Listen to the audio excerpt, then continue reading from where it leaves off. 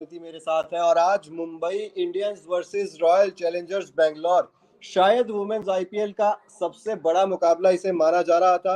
और और मुझे कल से इसका इंतजार था और ये बहुत शानदार था, बट इजीली मुझे ऐसा लगा कि मुंबई इंडियंस बहुत इजीली नहीं जीत गई बहुत है। इजीली जीत गई है और 9 विकेट से इस मुकाबले को मुंबई इंडियंस ने जीत लिया है। लगातार मुंबई की ये दूसरी जीत है और वहीं दूसरी तरफ देखें तो बेंगलोर के लिए लगातार ये दूसरी हार है। और जो आरसीबी के फैंस हैं उनके लिए एक बार फिर से ये झटका साबित हो सकता है। सबसे पहले स्कोर कार्ड की बात कर ले यहाँ पर। रॉयल चैलेंजर्स बेंगलोर ने सबसे पहले बल्लेबाजी करते हुए 155 रन बनाए थे और 155 रन पर ऑल आउट हो गई थी। स्मृति मंधाना की बात करें तो 23 रनों की पारी खेली थी 17 गेंदों में। सोफी डिवाइन ने 16 रनों की पारी खेली 11 गेंदों का सामना करते हुए। एलिस पेरी ने सिर्फ 13 रन बनाए। आज हीथर नाइट की बात करें तो बिना खाता खोले गोल्डन डक आउट। आज ऋचा घोष ने संघर्ष किया था, एक बार लग रहा था कि रॉयल चैलेंजर्स बेंगलोर की पारी को संभाल लेंगी, लेकिन 28 रन ऋचा घोष बनाकर आउट हुई। कनिका आहूजा ने 22 रन बनाए और इसके अलावा अगर बात करें श्रियंका पाटिल ने 23 और मेगन शूट ने 20 रन बनाए। इसी तरह से रॉयल चैलेंजर्स बेंगलोर ने पहले बल्लेबाजी करते हुए 155 रन बनाए। 156 रनों के लक्ष्य का पीछा करने उतरी मुंबई इंडियंस की टीम। यहां पर सिर्फ एक विकेट गया, एकमात्र विकेट यस्तिका भाटिया का, जो 23 रन बनाकर आउट हुई 19 गेंदों में। इसके अलावा क्या शानदार बल्लेबाजी की है हेली मैथ्यूज ने। 77 रनों की पारी 38 गेंदों में, 13 चौके, एक छक्का, 202 का स्ट्राइक रेट। और नेट स्टीवर ब्रंट 55 रन इन्होंने भी बनाए 29 गेंदों का सामना करते हुए। 9 चौके और एक छक्का इनके बल्ले से भी देखने को मिला है। इस तरह से 9 विकेट रहते मुंबई इंडियंस ने और इतना ही नहीं, सिर्फ 14.2 ओवर में इस लक्ष्य को हासिल कर लिया। यानी कि आरसीबी का सपना टूट गया। स्मृति, बिल्कुल बिल्कुल। और आज के मैच का शायद बहुत बेसब्री से सबको इंतजार था, क्योंकि एक बहुत बड़े जो मुकाबले थे उनमें से एक ये बहुत बड़ा मुकाबला जो आज हमारे सामने हुआ, लेकिन ये इतना इजी होगा ये मुझे तो बिल्कुल भी एक्सपेक्टेड नहीं था, क्योंकि दोनों बहुत बड़ी बड़ी टीम्स थी और आरसीबी में तो एक से बढ़कर एक प्लेयर्स है और वो इतने इजीली दोनों मैच हार गए, ये एक्सपेक्टेड नहीं था मुझे दोनों से। जबकि फर्स्ट जो ओवर था उसमें स्मृति मंदाना ने शुरुआत बहुत अच्छी की, सेकंड बॉल में ही बिल्कुल उन्होंने चौका लगा दिया, तो वहां से थोड़ी मेरी एक्सपेक्टेशंस बढ़ी कि नहीं आज अच्छा शायद स्कोर हो सकता है, आज भी शायद 200 के पार हम चले जाएं। लेकिन जब वो विकेट्स गिरनी शुरू हुई एक के बाद एक, एक के बाद एक, एक के बाद एक, और फिर सारा मोरल डाउन हो गया। बिल्कुल बिल्कुल। और ऐसा लग रहा था, देखिए धमाकेदार शुरुआत जब मिली थी, स्मृति मंदाना के बल्ले से रन निकले थे, ऐसा लग रहा था कि रॉयल चैलेंजर्स बेंगलोर आज एक बड़ा स्कोर बना पाएगी। लेकिन जो मेंस टीम के साथ दिक्कत है कोलैप्स होने की, वो वुमेन्स टीम के साथ भी यहाँ पर नजर आ रही है। हालांकि ऑन पेपर्स हम लोग लगातार बात कर रहे थे कि रॉयल चैलेंजर्स बेंगलोर एक बहुत ज्यादा शानदार टीम है, बहुत ज्यादा स्ट्रांग टीम नजर आती है। लेकिन जब बल्लेबाजी की बात आती है, देखिए आपको रेणुका सिंह ठाकुर को आपने इतने महंगे में खरीदा, आपको विकेट्स नहीं निकाल कर दे रही हैं। एलिस पेरी की बात करें, खास तौर पर आप ऑस्ट्रेलियन ऑलराउंडर को इसीलिए आप पिक करके लाए थे कि आपको ओवर्स भी निकाल के देंगी और उसके अलावा आपको रन्स भी बना के देंगी। लेकिन एलिस पेरी इन दोनों ही मुकाबलों में ज्यादा योगदान दे नहीं पाई है। और बात चिंता का करें अगर विषय हम, यही है। हाँ, कैप्टन की भी बात करें, अगर स्मृति मंदाना को इतने बड़े अमाउंट पे लिया गया है और वो बिल्कुल भी परफॉर्म नहीं कर पाई और उनसे एक्सपेक्टेशन सबसे ज्यादा थी, मुझे तो स्मृति मंदाना से काफी ज्यादा एक्सपेक्टेशंस थी और उन्होंने बिल्कुल भी परफॉर्म नहीं किया। अब नवीन सर हमारे साथ जुड़ चुके हैं, तो हम नवीन सर से आज के मैच के बारे में जानना चाहेंगे कि आपका कैसा एक्सपीरियंस रहा। आरसीबी तो हार गई दोनों मैच, तो मतलब बेंगलोर के लिए समय अच्छा नहीं चल रहा है और मुंबई दोनों मैच जीत गई।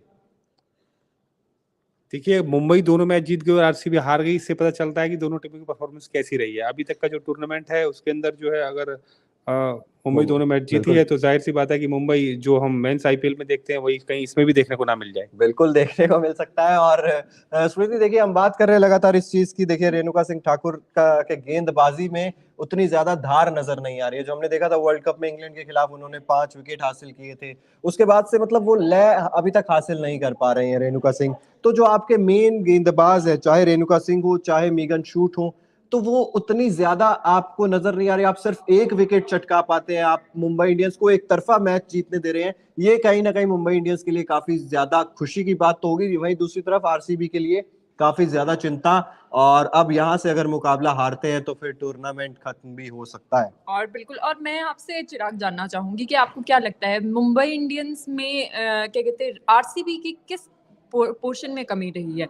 उनकी बल्लेबाजी में कमी थी या फिर उनकी गेंदबाजी में कमी थी? देखिए, इंटेंट तो निश्चित तौर पर जिस तरह से हम देख रहे हैं कि मिडिल ऑर्डर आरसीबी का परफॉर्म कर नहीं रहा है। आप देखेंगे तो स्मृति मंदाना एक स्टार्ट दिला देती है, उसको बड़े स्कोर में तब्दील नहीं कर पा रही है। आपको अगर स्टार्ट मिल रहा है तो आपको थोड़ा बहुत धैर्य रखना पड़ेगा, पेशेंस रखना पड़ेगा, आपको उस पारी को भुनाना पड़ेगा। स्मृति मंदाना उस चीज को करने में असफल रही हैं अभी तक दोनों ही मुकाबलों में। इसके अलावा बात करें बीच के क्रम की, अगर बात करूं मैं तो खास तौर पर हीथर नाइट हो गई, एलिस पेरी हो गई, तो इनके बल्ले से रन नहीं निकले हैं। आप सीधा फिर डिपेंडेंट हो जाते हैं ऋचा घोष के ऊपर। ऋचा घोष ने अगर रन बना दिए तो आप अच्छे स्कोर तक पहुंच जाएंगे। और ऋचा घोष भी शायद काफी बार बाल बची है, कितनी बार थर्ड एम्पायर की मदद लेकर, और वो बच भी गई वो जितनी और उस जो वो बाउंसर जिसपे ऋचा घोष को आउट बताया जा रहा है, उस पर विवाद भी खड़ा हो गया है कि आखिर डीआरएस लेने के बावजूद भी शायद एम्पायर से गलती हो गई और वो बाउंसर पे एज लगा था और विकेट कीपर ने कैच पकड़ा था। तो काफी सारी चीजें देखने को मिली। लक फैक्टर एक आपके साथ जरूर होता है क्रिकेट में,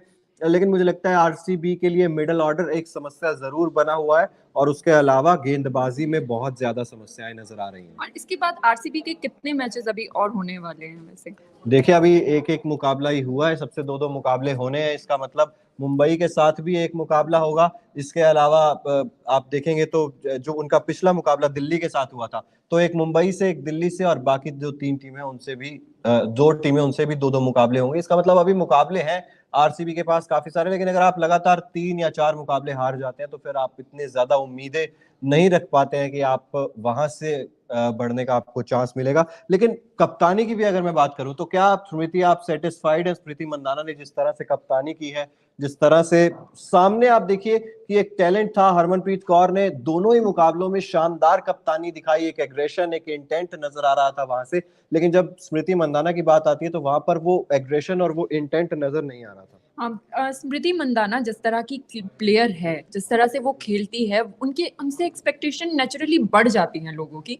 पर जिस तरह से वो परफॉर्म कर रही है, हाँ वो स्टार्ट एक अच्छा दे देती है, लेकिन उसको आगे फ्लो में वो ले नहीं पा रही है। कुछ ऐसा आज के मैच में तो मुझे कुछ ऐसा उन्हें देख के लगा कि हाँ वो स्टार्ट अच्छा दे देती है, लेकिन आगे उसको वो कंटिन्यू नहीं कर पा रही है, और उनसे एक्सपेक्टेशन सबको ज्यादा है। वो कप्तान है टीम की और एक बहुत शानदार, दोनों चीजों नहीं मैनेज कर पा रही है। मुझे उनकी परफॉर्मेंस से ऐसा लग रहा है।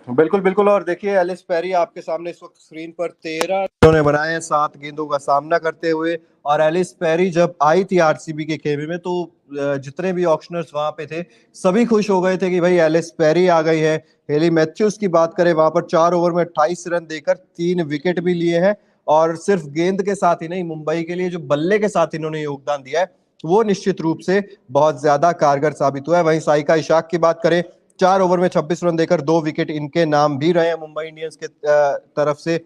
और ये गेंदबाजी अगर आपकी एक यूनिट की तरह काम करती है, हमने देखा चाहे हेली मैथ्यूज हो, चाहे साइका इशाक हो, आपको विकेट्स निकाल कर दिए हैं, आप आरसीबी को लगातार बैकफुट पर डाल रहे थे। साइका इशाक की शायद पिछले मैच में ज्यादा अच्छी परफॉर्मेंस रही है, मुझे जितना याद है। पिछले मैच में उन्होंने शायद 4 विकेट लिए थे और आज उन्होंने 2 विकेट लिए हैं, तो उनसे शायद एक्सपेक्टेशन और ज्यादा ऊपर थी कि वो शायद और बिल्कुल। देखिए, आप विकेट टेकर्स हैं, वो नेचुरली आपको दिख जाता है कि भाई आपके लिए विकेट टेकर्स है। यास्तिका भाटिया की बात करें तो ये एकमात्र विकेट था जो मुंबई इंडियंस का गिरा था। लेकिन हेली मैथ्यूज, ये पारी मुझे लगता है मुंबई इंडियंस वुमेन्स के लिए सालों तक याद रहने वाली पारी है, क्योंकि 202.63 का स्ट्राइक रेट, 77 नाबाद, और ये नहीं कि विकेट फेंक कर गई हैं, अपनी टीम को मैच जितवा कर गई हैं। और इतने इजीली जो मुंबई इंडियंस आज जीती है वो शायद मैथ्यू की वजह से ही जीती है, क्योंकि उन्होंने एंजॉय करके खेला है। वो उनकी परफॉर्मेंस से बिल्कुल साफ नजर आ रहा था कि वो एंजॉय करके खेल रही है और एकदम शानदार तरीके से। बिल्कुल। नेट